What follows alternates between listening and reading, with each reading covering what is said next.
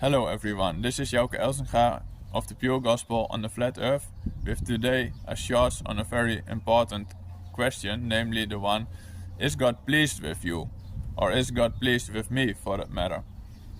Well, this has to do with self-examination, and we are pointed to the importance of this topic in the scriptures, where we can read that we have to examine ourselves in order to see whether Christ is in us, and we have to pass the test. And if we fail the test, then that means that we are not in right standing with the Most High, and that we are not on track for salvation.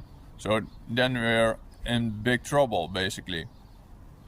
So today we're gonna talk about how to make sure that we're in right standing with the Most High. Well, what we see oftentimes with people is that they compare themselves to others and that they try to justify themselves before men. We saw this already with the Pharisees in the time of Jesus. And Jesus rebuked them because of this behavior. Well, and right now we see it with all kinds of religions, with Muslims, with Hinduists, with complete godless people, even with so-called secularists and humanists. And we see it also with church denominations. And people tend to compare themselves based upon their achievements and based upon their understanding of the scriptures, for instance. So, but imagine that someone has all the things right, all the teachings from the scriptures right.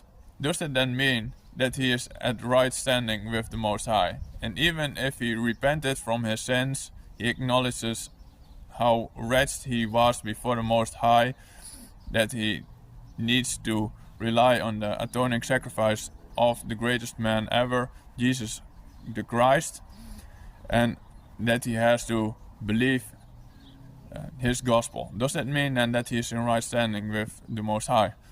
Well, not by definition. What the Most High wants from us is that we reflect the life of Christ. And this can only if we practice self-denial, if we submit ourselves to the will of Christ, just as he gave us the example by doing this himself. He denied himself and he submitted himself to the will of the Most High, and we have to do this the same.